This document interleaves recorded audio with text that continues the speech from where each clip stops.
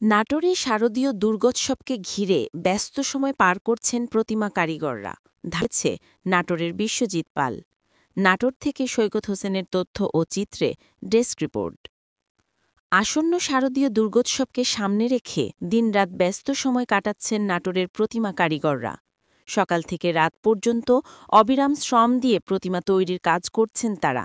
কেউ মাটির কাজ শেষ করেছেন, কেউ আবার রং তুলির ছোঁয়ায় দিচ্ছেন নান্দনিক রূপ। আগামী কয়েকদিনের মধ্যেই প্রতিটি প্রতিমা স্থাপন করা হবে জেলার পূজা মণ্ডপগুলোতে। সুষ্ঠু ও শান্তিপূর্ণভাবে পূজা উদযাপন করতে প্রশাসনের পক্ষ থেকে নেওয়া হয়েছে সর্বোচ্চ নিরাপত্তার ব্যবস্থা। নাটোর জেলায় এবার ৩৬৮টি পূজা মণ্ডপে অনুষ্ঠিত হবে দেবী দুর্গার আরাধনা। এর মধ্যে সবচেয়ে নজর কেড়েছে নাটোর শহরের লালবাজার কদমতলা এলাকায় রবি সুতম মণ্ডপের জন্য প্রতিমাটি তৈরি করছেন স্থানীয় কারিগর বিশ্বজিৎ পাল। কাঠ, বাঁশ, পাট ও বিচালির ফ্রেমে দেবী দুর্গাসহ গণেশ, সরস্বতী, লক্ষ্মী, কার্তিক, মহিষাসুর ও অসুরের মূর্তি প্রথমে মাটি দিয়ে গড়ে তোলার পর তাতে বসানো হয়েছে সোনালি আঁশ, পাট।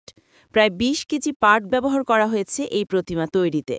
এতে যুক্ত হয়েছে বাড়তি সৌন্দর্য ও ভিন্ন মাত্রা, যা দেখতে প্রতিদিন ভিড় করছেন দর্শনার্থীরা। প্রতিমার প্রতিটি অংশে প্রাকৃতিক পাটের সোনালি ঝলক, যা আলোর ছটায় আরও ঝলমল করে উঠছে। এদিকে নাটোরের জেলা প্রশাসক আসমা শাহীন জানান, আসন্ন দুর্গোৎসবকে ঘিরে সর্বোচ্চ নিরাপত্তা ব্যবস্থা গ্রহণ করা হয়েছে। পুলিশ, আনসার ও সেনাবাহিনী সহ অন্যান্য বাহিনী মাঠে থাকবে, যাতে সবাই নির্বিঘ্নে পূজা উদযাপন করতে পারেন।